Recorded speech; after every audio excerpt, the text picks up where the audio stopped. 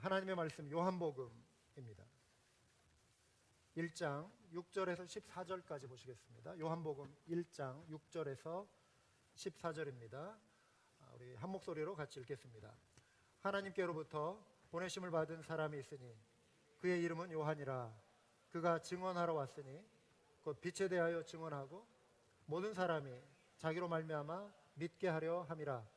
그는 이 빛이 아니요 이 빛에 대하여 증언하러 온 자라.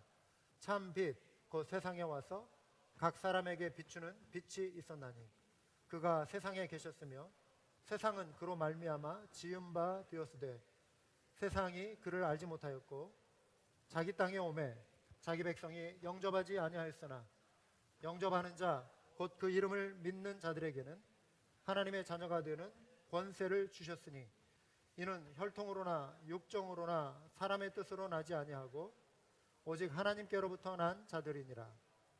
말씀이 육신이 되어 우리 가운데 거하심에 우리가 그의 영광을 보니 아버지의 독생자의 영광이요 은혜와 진리가 충만하더라. 아멘. 요즘 떠오르는 신조어 가운데 여러분 들어보셨을 거예요. 아빠 찬스, 엄마 찬스. 들어보셨습니까? 사회적으로 부모님이 상당한 그 지위가 있는 분들이에요.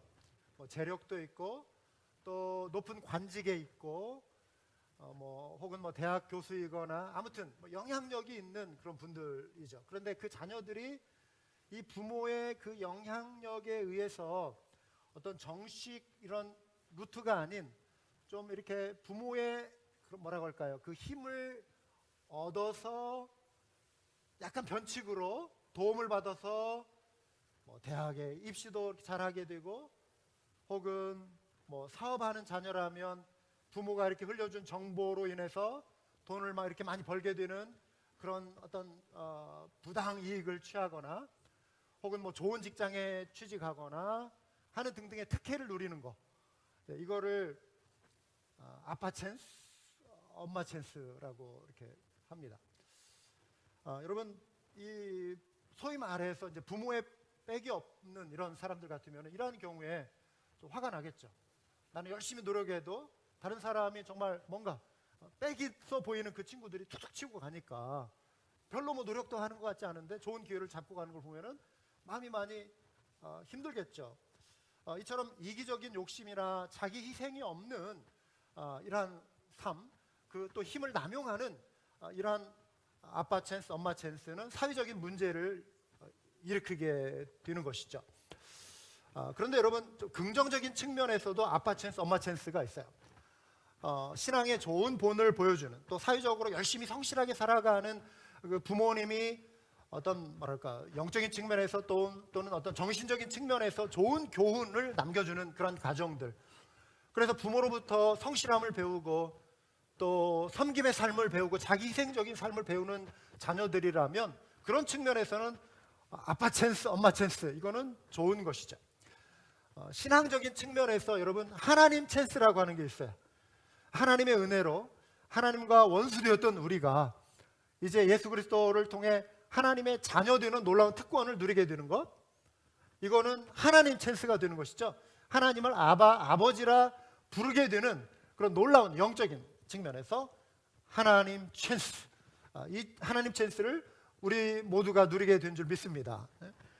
여러분, 하나님이 우리에게 베푸신 사랑은요, 불의한 방법으로 우리에게 편의를 주시지 않습니다. 하나님은 공의의 하나님이시기 때문에 정의롭게, 의롭게 하나님의 은혜를 우리에게 베풀어 주시죠. 그래서 이 놀라운 은혜, 하나님의 찬스가 우리에게 임한 것이죠. 이 구원의 은총이 우리에게 임했다라고 하는 것을 우리가 어떻게 알 수 있죠? 무엇으로 우리가 확신할 수 있는 것이죠? 그것은 이 사실을 알려주는 증인이 있기 때문에 그래요. 이게 사실이라고 하는 것을 분명하게 알려주는 증인들이 있기 때문에 가능합니다. 또 이 증인들이 기록한 내용, 하나님의 말씀이죠. 기록된 말씀을 통해 오늘 우리가 믿고 확신하는 이 구원의 은총이 사실이다, 이것을 우리가 확신하게 되는 것이죠. 하나님은요, 하나님이 하시는 일을 알리기 위해서 사용하시는 하나님의 방법이 있어요. 그것은 하나님의 사람들을 택해서 불러내십니다. 하나님의 일꾼, 증인들을 불러서 증거하게 하세요. 하나님의 위대한 역사를 증거하게 하십니다. 이게 하나님의 방법이에요. 증인이라고 하는 위트네스, 증인이라고 하는 사람들은 뭐냐면 어떤 사건이 일어났을 때 그 현장에서 그것을 목격한 사람들이에요. 그리고 그 소리를 듣고 그 장면을 직접 자신들의 눈으로 관찰한 사람들이 다른 사람에게 있는 그대로의 사실을 알려주는 그 역할을 하는 사람들이 증인이에요. 그리고 그들이 하는 말을 증언이라고 그래요. 증언. 예를 들어서 여러분 법정에서 재판을 할 때 증인들의 증언은 굉장히 중요합니다. 판결의 그 잘잘못을 따지고 판결을 하는데 굉장히 중요한 아주 핵심적인 역할을 하게 되죠. 그래서 이 증인들은 선서를 해야 돼요. 내가 하는 말은 분명한 사실입니다. 만약에 거짓을 말할 경우에 법의 처벌을 받겠습니다라고 하는 것을 선서를 해야 합니다. 만약에 그 선서를 했음에도 불구하고 거짓이 판명되었다, 거짓말을 한 것이 판명되었다 그러면 소위 말하는 위증죄라고 하는 처벌을 받게 됩니다. 그래서 이들이 정말 두렵고 떨리는 마음으로 이 재판관 판사 앞에서 이 선서 맹세를 해야 하거든요. 법적인 효력이 있는 거예요. 성경에도 증인에 관해서 여러 말씀들이 있는데 그 중에 하나 잠언서에 이런 내용이 있어요. 신실한 증인은 거짓말을 아니하여도 거짓 증인은 거짓말을 뱉느니라, 이렇게 말씀하고 있어요. 여러분 증인이라고 하는 단어는요 헬라어로 마티리아예요. 마티리아. 그런데 마터라고 하는 표현이 있잖아요. 순교자. 근데 증인이라고 하는 것은 또 순교자라는 이 단어와 어원상 뿌리가 같아요. 그러니까 어떤 뜻이냐면 어떤 사실을 증언하는 데 있어서 내가 그것이 사실이라고 하는 것을 분명히 내가 보고 듣고 목격한 것이 사실이라고 하는 것이 설령 내가 죽음의 위협을 받는다 할지라도 나는 그것이 사실임을 거짓 없이 증거합니다, 이런 뜻이에요. 그래서 그것을 사실로 증거하다 보니까 순교까지 가게 되는 거예요. 여러분 성경에 예수님의 제자들이 다 그런 사람들이었어요. 가룟 유다 빼고 나머지 11명 그리고 추가된 그 제자까지 12 사도가 다 흩어져서 증언하다가 순교해. 요한은 물론 이제 자연사를 했지만 많은 그 사도들이 증언하는 속에 뭐 사도 요한도 순환을 많이 받았어요. 그러나 어쨌든 죽음으로까지 예수 그리스도의 죽으심과 부활을 증거했던 그 순교자의 반열에 올랐거든요. 교회사 속에서도 수많은 하나님의 사람들이 믿음의 진리를 증거하기 위해서 담대히 외치다가 순교의 자리까지 가게 되는 그런 일들이 기록에 많이 있죠. 여러분 요한복음에도 증인이 등장합니다. 예수님의 증인으로 제일 먼저 등장하는 인물이 침례자 요한이에요. John the Baptist. 그럼 오늘 읽은 본문 요한복음 1장 6절에 이렇게 소개해드리고 있죠. 하나님으로부터 보냄받은 자라고 소개해드리고 있는데 그가 보냄받은 목적이 바로 증언하기 위해서다라고 7절에 나와 있어요. 그가 증언하러 왔으니 곧 빛에 대하여 증언하고 모든 사람이 자기로 말미암아 믿게 하려 함이라, 이렇게 말씀하고 있습니다. 침례자 요한은요 구약과 신약을 연결하는 그런 인물이었어요. 구약의 맨 마지막 선지자가 이름이 누구죠? 구약의 맨 마지막 책 말라기. 책 이름일 뿐만 아니라 선지자의 이름이에요. 말라기. 이 선지자가 이제 활동하고 400년 동안 신약 시대가 이제 열리기 전까지 예언도 그치고 하나님의 계시도 그친 이 시기를 침묵의 시기라고 그래요. 그런데 하나님의 때에 이제 예수 그리스도께서 이제 오시고 바로 그 앞서 6개월 먼저 태어나서 주의 길을 예비하는 광야 외치는 자의 소리로서 요한을 하나님께서 앞서 보내셨단 말이죠. 요단강가에서 회개의 메시지를 전하고 회개의 침례를 베풀면서 주의 길을 예비하는 자로 오게 하나님이 보내셨단 말이죠. 그래서 그는 구약의 마지막 선지자이자 그리고 신약의 첫 선지자인 구약과 신약을 연결하는 그러한 인물이었습니다. 그러면서 하나님께서 그를 이제 역사의 무대에 올려놓으신 것입니다. 하나님이여 우리 인류 역사를 주관하시는 주관자이시죠. 통치자이시죠. 그래서 하나님의 역사를 이루어가시기 위해서 많은 사람들을 역사의 무대, 연극 무대처럼 무대에 올려놓으십니다. 많은 사건과 이런 역사적인 세팅이죠. 사건과 환경 속에서 하나님의 사람들을 보내서 일하게 하십니다. 하나님은 이 역사의 주관자, 감독자, 영화로 치면은 드라마로 치면 감독과 같아요. 그런 이 무대 속에 이 침례자 요한을 이제 올려놓으시고, 그리고 주의 길을 예비하는 그 광야에서 외치는 자의 소리로 예수 그리스도의 그 오심을 예비하는 자로서의 사역을 시작하게 하신 것입니다. 하나님이 요한을 보내신 이유가 무엇이죠? 바로 요한의 증언을 통해서 사람들로 하여금 믿게 하려 함이라, 이렇게 말씀하고 있습니다. 뭐 믿거나 말거나 이게 아니라 분명한 한 가지 목적, 믿도록 증거하게 하신 것입니다. 그런데 5절에, 앞선 5절에 보면은 빛이 어둠에 비치되 어둠이 깨닫지 못하더라, 이렇게 말씀하고 있거든요. 이 깨닫지 못한다, 영어로는 The darkness did not comprehend it, 뭐 이해하지 못한다, 이런 식으로도 번역이 가능하고, 또 하나는 이기지 못한다, 저항할 수 없다, 이런 표현도 돼요. 그런데 여기에서 이 두 가지 측면 중에 하나, 이해할 수 없다, 이해하지 못한다, 깨닫지 못한다. 어둠 속에 영적으로 눈이 가려진 이들이 진리의 빛이 임했음에도 불구하고 그 빛을 알아보지 못하는, 배척하는 이런 일들이 일어난 것이죠. 그런데 하나님은요, 어둠에 갇힌 인생이 빛을 깨닫지 못한다라고 해서 그냥 방관하지 않으셨다라고 하는 사실을 우리가 주목해 볼 필요가 있어요. 그 빛을 밝히 볼 수 있도록 영의 눈을 뜨게 해줄 수 있는, 도움을 줄 수 있는 사람들을 계속해서 보내셨거든요. 선지자들을 보내시고, 주의 일꾼들, 복음 전도자들을 보내시고, 사도들을 보내시고, 이 시대에는 목사와 교사들, 그리고 우리 모든 믿음의 사람들을 통해서 이 어두운 세상을 향하여 진리의 빛을 비추도록, 그들이 영적인 눈을 뜨도록 하나님의 말씀을 증거하게 하셨습니다. 말씀이 증거될 때 성령께서 역사하심으로 우리의 심령의 변화들이 일어나는 거거든요. 그러니까 누군가 그 중개자 역할, 그 하나님의 도구로, 인간이 하나님의 복음의 메신저로 쓰임을 받아야 하는 거예요. 그래서 하나님이 적극적으로 역사에 개입하셔서 하나님의 사람들을 불러일으키시고 영적인 눈이 뜨이도록 일하시는 하나님의 역사가 있죠.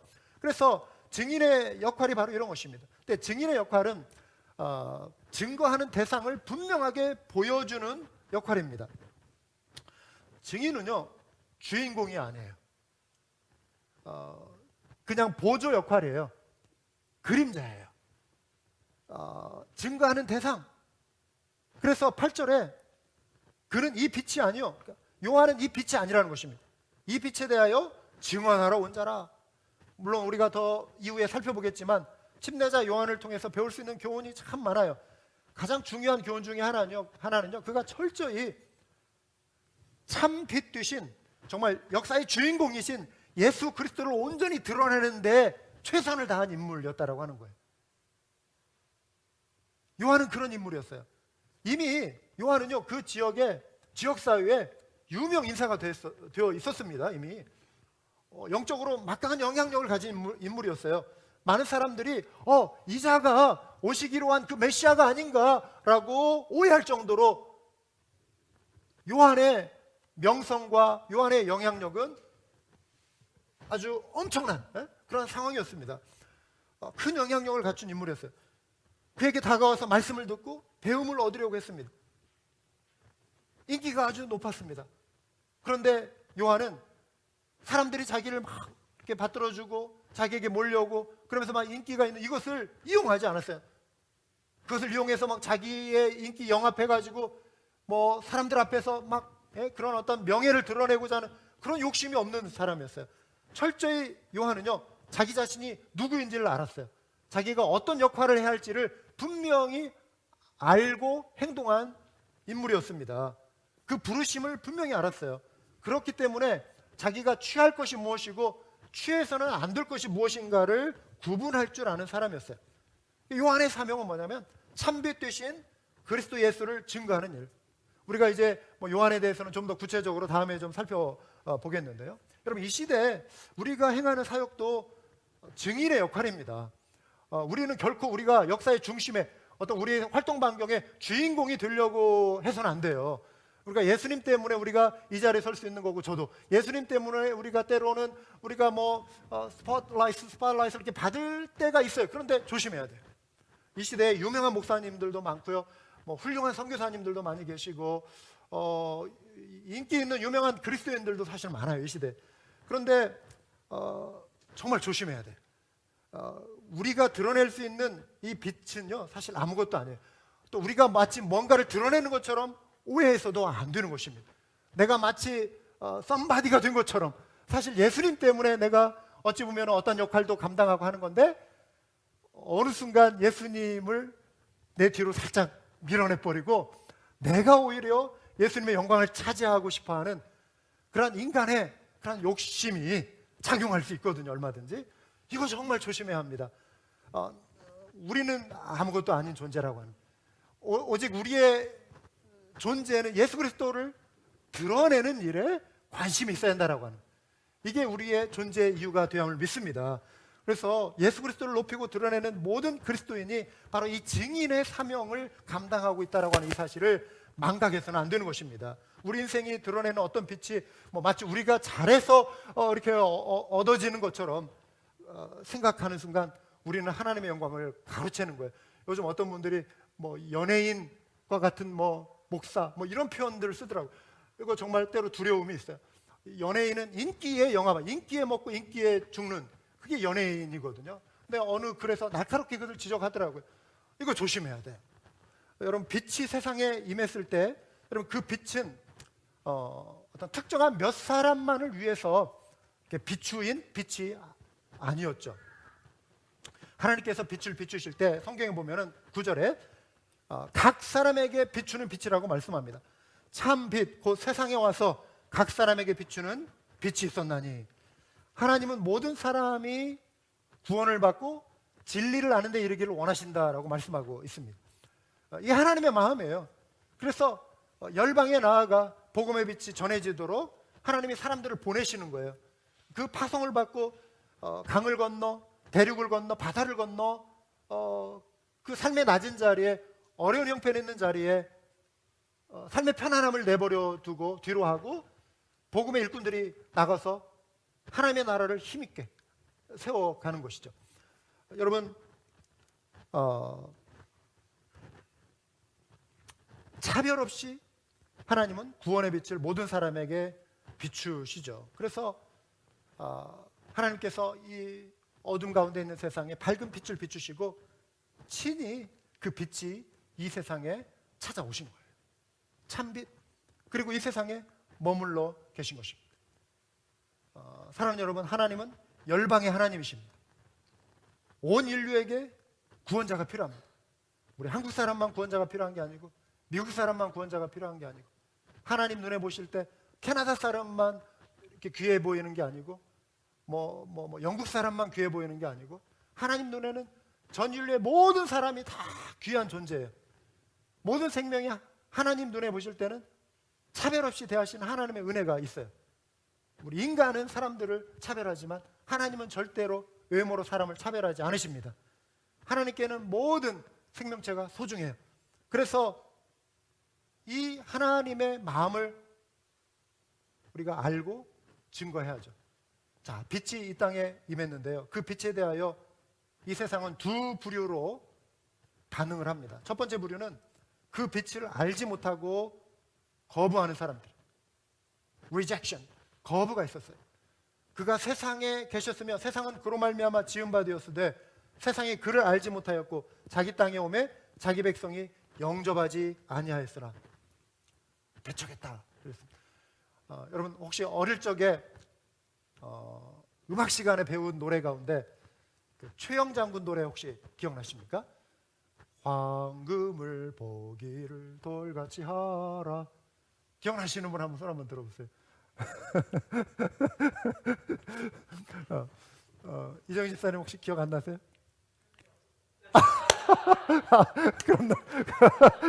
그런 노래가 없었습니까? 그럼 이 지역마다 교과서가 좀 달랐을 수 있고요. 그 완도 쪽은 어땠습니까? 최영근 집사님 말은 들어보세요. 서현철 목사님도 안 배웠대요. 황금을 보기를 돌같이 하라.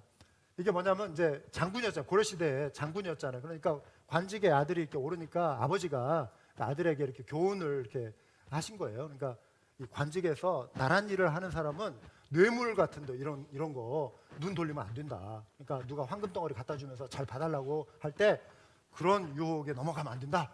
나란 일을 하는 사람 그래서 황금을 보기를 돌같이 한다. 이제 얼마나 좋아요. 좋은 의미죠. 그렇죠? 자, 그런 측면에서는 그 교훈은 바람직하고 좋아요. 그런데 만약에 여러분 눈앞에 황금덩어리가 있고 돌덩어리가 있는데 이 둘 자체에 이게 돌덩어리인지 황금덩어리인지 이 자체를 구분하지 못한다. 이거는 문제가 있어요. 이거는 바보죠. 그렇죠? 황금덩어리는 황금덩어리로 귀한 것이고 돌은 돌이라고 하는 것을 구분을 할 수 있어야 돼요. 그렇죠? 그거는 정상적인 판단력이죠. 지난주에 제가 속한 어느 단체에서 성탄 카드를 보내왔어요. 그러니까 이 성탄의 시즌에 카드를 막 많이 이렇게 보내오잖아요. 그런데 어떤 카드는 단체로 보내는 카드는요, 우리 개인이 이렇게 써주는 카드는 그 안에 뭐 손글씨든 뭐든 정성 어린 이 어떤 인격과 인격이 만나는 듯한 이 따뜻함이 있잖아요. 그래서 또 읽어보고 또 읽어보게 되는데 단체로 확 이렇게 뿌리는 듯한 그런 카드는 내용이 모든 사람에게 똑같은 내용이에요. 뭐 사인도 인쇄된 사인 뭐 이런 거. 그러니까 정성껏 이렇게 진지하게 읽지 않게 되죠. 그래서 이렇게 그냥 훑어보고 딱 덮고 그 다음에 이제 보니까 또 다른 스팸 메일들이 또 막 많이 이렇게 오지 않습니까? 집에 이렇게 딱 섞어가지고 그냥 처리를 했어요. 처리를 했다는 의미를 여러분 아시죠? 처리를 했어요. 며칠 뒤에 보니까 그 카드가 중요한 카드였어요. 그 안에 선물을 보내온 거예요. 제가 그걸 못 봤어요. 네? 제가 이게 방송에 나가기 때문에 그분이 들을지 몰라요. 물론 제가 미안하다고 제 실수로 이제 했다고 이제 말씀을 드렸는데 마음이 참 씁쓸했어요. 마음이 씁쓸했어요. 네? 제 아내와 식사하라고 뭐 여러 사람이 아무튼 보내준 카드였는데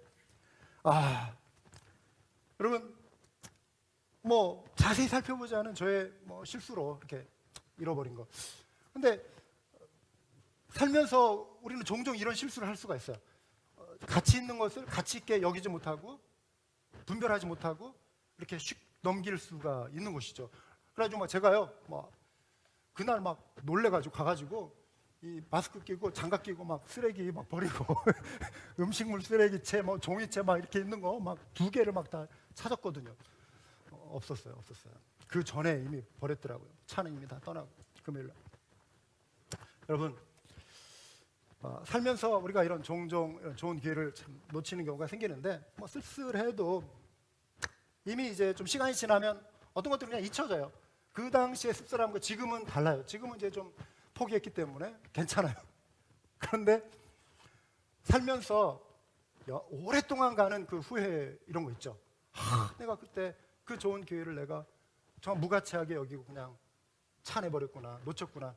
오래가는 후회가 있고요. 경우에 따라서 또 인생에서 정말 가장 중요한 실수, 해서는 안 되는 실수, 정말 붙잡아야 하는데 놓쳐버리는, 또 거부한 가장 중요한 그 실수, 이게 뭔지 아십니까? 가장 심각한 실수, 가장 위대한 선물, 가장 최고의 선물, 바로 예수 그리스도를 배척하는 거예요.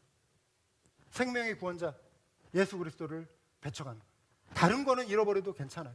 다른 거는 좀 놓쳐도 좀 잠깐 씁쓸하고 넘어갈 수 있어요. 그러나 예수 그리스도, 생명의 주인 되신 예수 그리스도를 배척하는 인생은 그 대가는 엄청난 거예요. 거부에 대한 대가는 후회 정도가 아니고요, 구원자를 거부한 세상은 심판의 대가를 치를 수밖에 없어요.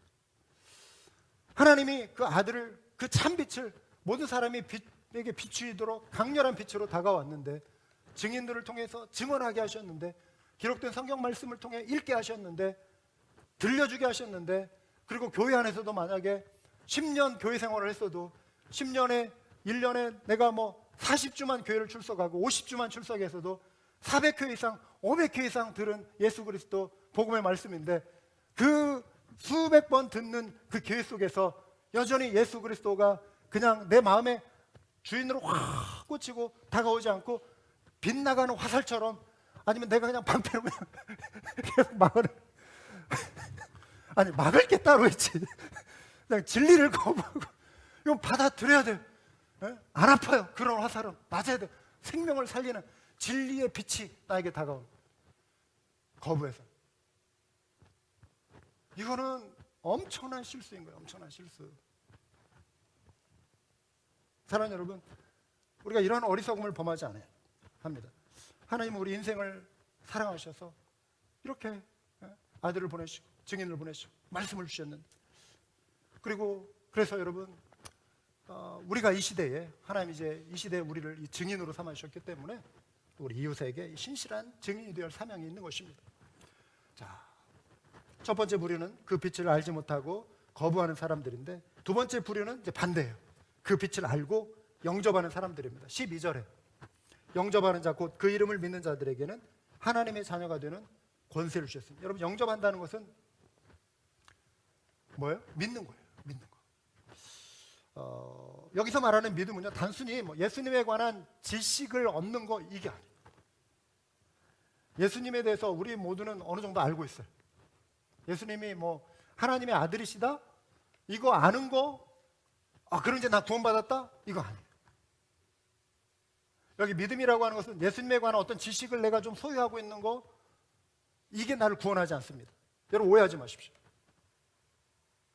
구원은 예수 그리스도를 내 마음에 전인격적으로 받아들이는 거예요. 그분께 나의 신뢰를 맡기는 거예요. 그분께 기대는 거예요. 믿음에 관하여 제가 이제 요한복음을 공부할 때요, 저를 가르쳐 주신 그 엘머 타운즈 교수님이라는 분이 계세요. 이분이 요한복음에서 이 믿음에 관하여 이렇게 정의를 하셨어요.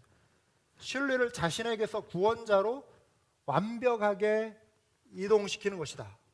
To believe on or believe in that name involves the absolute transfer of trust from self to the Savior. 트랜스퍼 하는 것이다. 여러분, 트랜스퍼 한다는 게 뭔지 아시죠? 옮겨버리는 거예요. 트랜스퍼 했기 때문에 내가 갖고 있지 않는 거예요. 내가 나를 더 이상 신뢰하지 않는 거예요. 내가 내 힘으로 구원 얻을 수 있다라고 하는 그 힘을 나에게 남겨두지 않는 것입니다. 그 인식을 내가 갖고 있지 않는 거예요. 주님께로, 구원자께로 완전히 신뢰를 트랜스퍼 해버리는 거예요.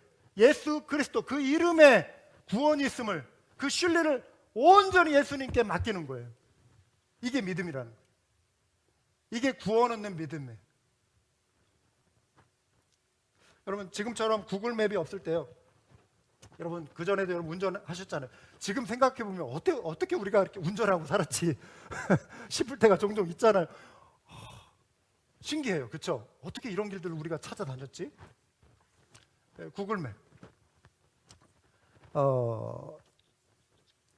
아내와 함께 이제 운전을 할 때 하다 보면은, 저도 이제 길눈이 제법 이렇게 밝은 편인데도 종종 길을 이렇게 잘못 들거나 뭐 이렇게 헤맬 때가 있었어요. 저는 어떤 결정을 할 때 종종 저의 직관을 많이 의존하는 편이거든요.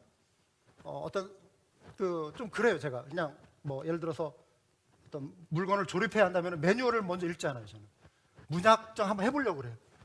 이게 직관에 이렇게 하면 될 것 같은. 그런데 이게 빨리 성공할 수는 있는데 실패할 가능성도 커요. 어떤 거는 꼼꼼하게 챙겨서 읽고 순서대로 해야 되는 것들이 있어요. 그런데 그냥 저는 좀 직관을 많이 의지하려고 그래요. 그래서 실패하면 대가를 치러야 하는 것이죠.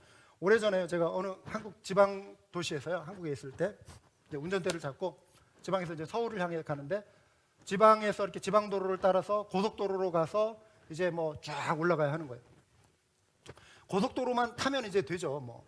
그런데 고속도로로 나가는 데까지 제가 지도를 좀 보고 가야 하는데, 그때도 제가 직관을 의존한 거예요. 이렇게 보니까 이쪽이 대충 동쪽인 것 같고 이쪽이 서쪽인 것 같고 동서남북. 그래서 고속도로 쪽으로 가려면은 이제 뭐 광주 쪽으로 해가지고 이렇게 나가야 하는데 동쪽으로 가면 될 것 같아요. 그래가지고 동쪽으로 가는 길을 그냥 무조건 탔어요. 겨울이었어요. 눈이 많이 내린 시골길을 2시간 동안 헤맨 거예요. 그 자리에서. 그러니까 근데 제 아내는 저와 정반대예요. 사실과 정확한 근거에 의해서 움직이려고 해요. 확인하고 또 확인하고 이게 정확하다 싶으면은 그때 움직이려고 하는 스타일이에요. 그러니까 제 아내와 저는 이런 측면에 좀 반대인 성향이 있으니까 이게 극단적으로 같이 나올 때는 이게 충돌이 되는 거예요. 그러면서 제 아내는 이해를 못하는 거죠. 아니, 어떻게 확인도 하지 않고 운전대를 잡고 출발할 수 있느냐, 이거죠. 그래서 처음에는 이 길 맞아요 했다가 이 길 맞아?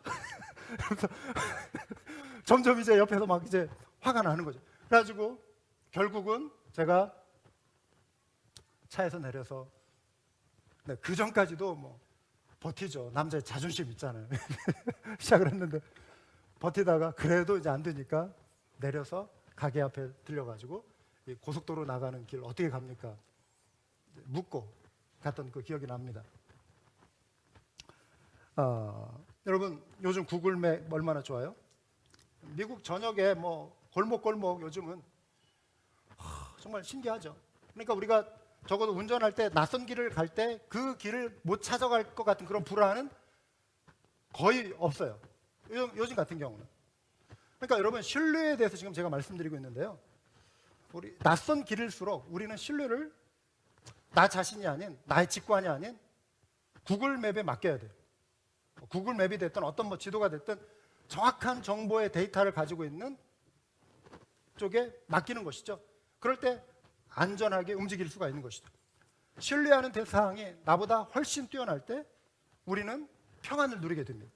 안 그렇습니까? 내가 나를 믿지 못하면 불안해요.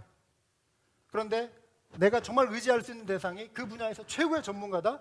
그럼 맡길 수가 있는 거예요. 구원도 마찬가지입니다. 우리의 직관이나 우리의 노력이 아닌 예수 그리스도의 십자가, 그리고 부활로서 밝히 증거된 예수 그리스도의 그 구원의 그 확증을 우리가 믿고 맡기는 것이죠. 이럴 때 우리는 구원에 관하여 확신을 얻고 평안을 누리게 되는 것입니다. 신뢰는 이런 것입니다. 트랜스퍼하는 거예요. 트랜스퍼. 이러한 믿음의 결과가 무엇이냐면 하나님의 자녀가 되는 권세, 권리를 주신다. 하나님의 자녀가 되는 권리를 우리가 주장하며 살 수 있다. 그 권리를 우리가 누리며 살 수 있다 이것입니다. 할렐루야. 자녀라는 말에는요 우리를 낳아주셨다는 의미가 있어요. 13절에 이는 혈통으로나 육정으로나 사람의 뜻으로 나지 아니하고 오직 하나님께로부터 난 자들이니라. 하나님의 자녀는 혈통으로 되지 않는데요. 혈통이 뭐죠? 할아버지가 믿음의 정말 뭐 선교사님 오셨을 때 요즘 그런 분들 많이 계세요. 이렇게 가끔씩 계시는데 또 초기에 신앙생활 하신 분들, 그 할아버지의 믿음 또 아버지의 믿음, 그 믿음이 나의 믿음을 보장해 주지 않아요. 아버지가 아무리 믿음이 좋았어도 자식은 믿음이 없을 수 있어요. 그렇죠? 그러니까 혈통이라고 하는, 혈통으로 되지 않는다. 엄마의 믿음, 그 믿음이 자녀에게 그대로 이어지면 너무 좋겠지만 그 자녀는 따로 개인적으로 하나님과 만나서 씨름해야 하는, 하나님을 인격적으로 만나야 하는 그 순간이 필요해요.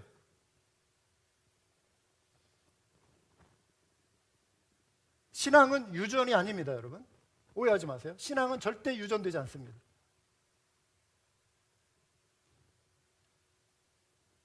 인간의 도덕성 진화되지 않습니다. 모든 인간은 본질상 다 하나님의 진노 아래에 있는 죄인들이에요. 인간의 도덕성이 진화될 것 같으면 2000년 전에, 1000년 전, 지금 인간들은 훨씬 높은 기준의 윤리적인 의식을 가지고 살 수 있을 거예요. 진화되지 않습니다. 모든 인간은 하나님 앞에서 각자 해결해야 할, 하나님과 대면해서 회개하고 예수 그리스도를 구원자의 주로 영접해야 할 그 만남의 순간이 필요한 거예요.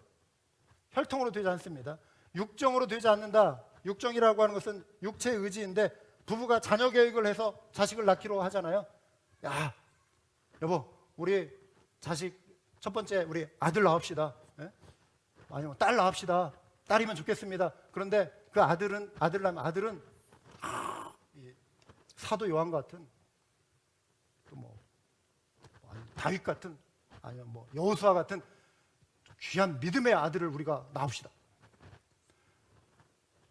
딸은 우리 뭐 한나 같은 믿음의 그 딸을 낳읍시다. 물론 이제 여러분들이 그런 위시 가운데 어떤 이름도 그렇게 지어주고 하겠지만, 여러분 그렇게 계획해서 그 아들을 그 믿음의 사람으로 계획대로, 물론 아들은 낳을 수 있고 딸은 낳을 수 있지만 여러분이 생각했던 그 믿음대로 아들이 될 보장이 없습니다.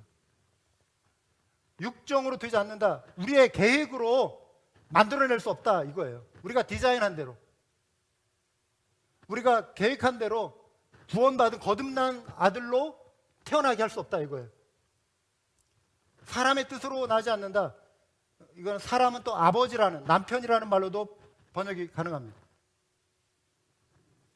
남편의 뜻대로 되지 않는다. 사람의 뜻대로 되지 않는다. 거듭남은 하나님께로 나는 것이다. 하나님의 자녀됨은 하나님이 낳아주셔야 하나님의 자녀가 되는 거예요. 그렇죠? 하나님이 낳아주셨기 때문에 우리가 하나님의 자녀라고 인정받는 거예요. 성령께서 중생케 하시는 은혜, 거듭남이 바로 그런 것입니다. 초자연적인 은혜가 작용하는 거예요. 자녀들이 교회 출석하는 거 매우 중요합니다. 왜요? 신앙의 기본을 배울 수 있는 좋은 환경에서 자라기 때문에 훨씬 유리하죠. 그렇지 않은 사람에 비해서. 믿음의 부모님을 만나는 것도 중요합니다. 그러나 그 자체가 하나님의 자녀로 우리 자녀를 거듭나게 하는 것을 100% 담보하지 못합니다. 1대1로 예수 그리스도를 구원자의 주인으로 그 자녀가 영접해야 돼요. 전인격적인 트랜스퍼, 믿음의 신뢰를 예수 그리스도께 옮기는 순간이 필요한 거예요. 그래서 부모님들은요, 자녀를 교회에 보내는 것만으로 만족해서는 안 되고요, 기도하셔야 돼요. 우리 자녀들이 믿음의 자녀로 잘 자랄 수 있도록 여러분 긴장하셔야 합니다. 여러분들이 지금 초등학교 자녀를 둔 우리 부모님들 얼마나 예쁘고 사랑스러워요. 정말 잘 듣죠. 교회 열심히 가자 하면 막 좋다고 막 따라 나오죠. 티네이저 여러분 장담 못합니다. 각오하셔야 돼요. 기도하셔야 돼요. 지금부터. 어떻게 바뀔지 몰라요. 우리 아이들의 생각이. 이 세상이 얼마나 지금 악한지 몰라요.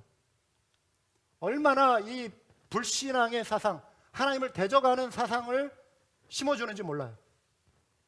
고등학교 때까지 교회 생활 잘한 것 같죠? 대학교 보내보세요. 장담 못해요. 대학교 들어가자마자 세상이 확 열린 듯, 내가 지금까지 너무 좁게 너무 근시안적으로 살아왔구나. 이 세상이 이렇게 넓게 열리고 관용의 논리, 이것도 인정해주고 저것도 인정해주고, 이 자유주의 모든 걸 다 인정하며 살자. 너무 멋진 표현이죠. 다 하고 싶은 대로, 표현하고 싶은 대로 다 살게 하자. 모든 구속을 다 배제시키자. 하나님이 어떻게 우리를, 인간을 이렇게 구속시키나? 왜 우리가 꼭 거기에 매여 살아야 하느냐? 나는 자유인인데. 여러분, 이 사상이 대학에 들어가자마자 아이들에게 확 쏟아붓는 사상이에요. 고등학교 때까지 아이들이 이 세계관, 하나님의 창조주 되심과 예수 그리스도의 주인 되심과 대속의 피, 구속의 보혈이 유일한 하나님을 향한 구원의 길이라고 하는 이 분명한 구원론, 세상은 반드시 하나님이 그 아들 다시 재림, 예수 그리스도의 재림하셔서 심판하시는 이 종말이 있다라고 하는 이 기독교적인 세계관으로 고등학교까지 분명하게 아이들이 무장하지 않으면요, 신앙 다 날립니다.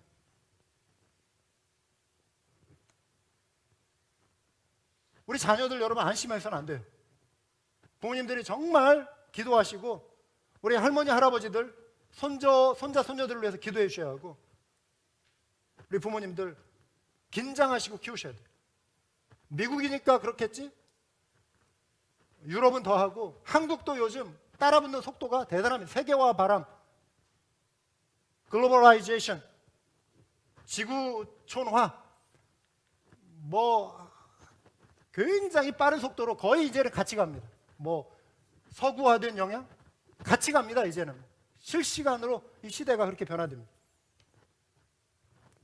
긴장해야 합니다. 여러분, 하나님의 사랑은요, 적극적으로 표현하신 사랑인데 다가오는 사랑이었어요. 너희 스스로 알아서 나를 찾아라, 너희 스스로 알아서 빛을 찾아라, 이게 아니라 다가오셨고 가까이 오셨고 문을 두드리시기도 하시고 빛을 비춰주시는 거예요. 근데 이거는 우리가 반응해야 하는 거예요. 반응해야 하는 거예요. 노크 소리에 우리가 마음의 문을 열고 그 빛에 눈을 떠야 돼요. 믿음으로 받아들여야 하는 것이죠. 증인들을 통해 보내시고 예언하시고 친히 말씀이신 그분이 육신이 되어 이 땅에 오신 거예요. 피조 세계에 들어오신 거예요. 창조주가 피조 세계에 들어오신 것입니다. 햄릿을 쓴 셰익스피어가 햄릿의 드라마의 극본에 들어온 거예요. C.S. 루이스의 표현이 바로 그거예요. 연극의 세계, 작가가 그 극본의 드라마 세계에 들어온 거예요. 창조주가 피조 세계로 들어오신 사건, 말씀이 육신이 되어 이 땅 가운데 오신 사건이에요. 하나님이 이 땅에 오실 때 뭐 접근할 수 없는 신비한 어떤 천사의 모습으로 오신 것이 아니에요.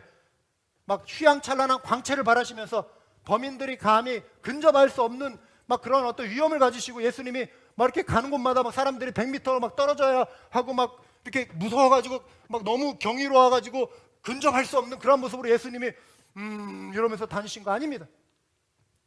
똑같은 우리 사람의 모습으로 완벽한 완전한 사람의 모습으로 오셨어요. 냄새나는 말 구유에 누우시고 히브리 소년으로 이렇게 자라시면서 회당에 가서 교육받으시고 목수인 아버지 밑에서 배우면서 일을 하셨고 때가 참에 이제 공적인 사역을 시작하신 분이에요. 우리 인간이 이해할 수 있도록. 그래서 사도 요한은 우리가 태초부터 있는 그 말씀이 이 땅에 오셨을 때 그분을 우리가 눈으로 주목하여 보았다, 그를 만졌다, 그를 들었다 이렇게 표현하고 있어요. 가까이에서 그분을 들을 수 있게 하셨어요. 그런데 그분은 또한 완전한 하나님이셨어요. 완전한 인간이셨지만 그분 안에 온전한 신성이 있었어요.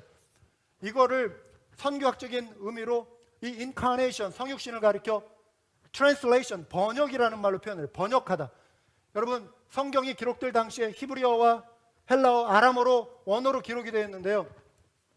우리에게 히브리어를 딱 던져주고 헬라어를 딱 던져주면 누가 그것을 이해하겠어요? 진리의 말씀을 자, 니들 알아서 살든지 말든지 해라. 이거 읽고 구원을 받든지 말든지 해라. 툭 던져주면은 몰라요.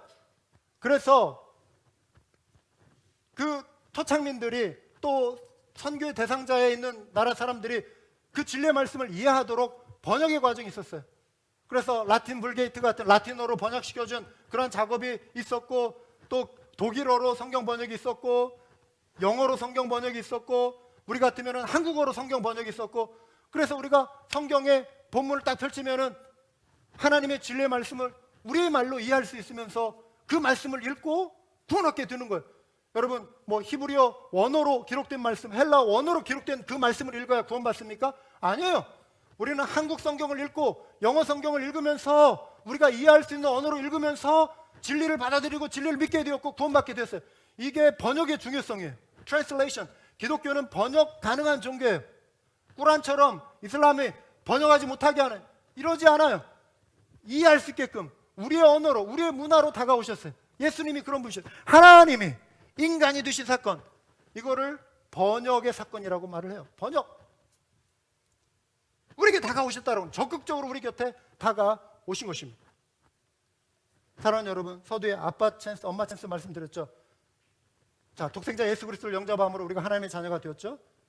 그런데요, 하나님이 나를 수만 명 중에 아니면 수억 명 중에 한 명, 저 하늘에 밤하늘에 반짝이는 정말 수십만 개 우리가 육안으로 뭐 볼 수 있고 볼 수 없는 그런 수많은 별 중에 하나, 내가 바로 그러한 존재인 것처럼 우리가 느낄 수 있어요. 하나님이 보실 때 내가 그런 존재처럼 느껴질, 모래알에 있는 하나처럼 느껴질 수 있어요.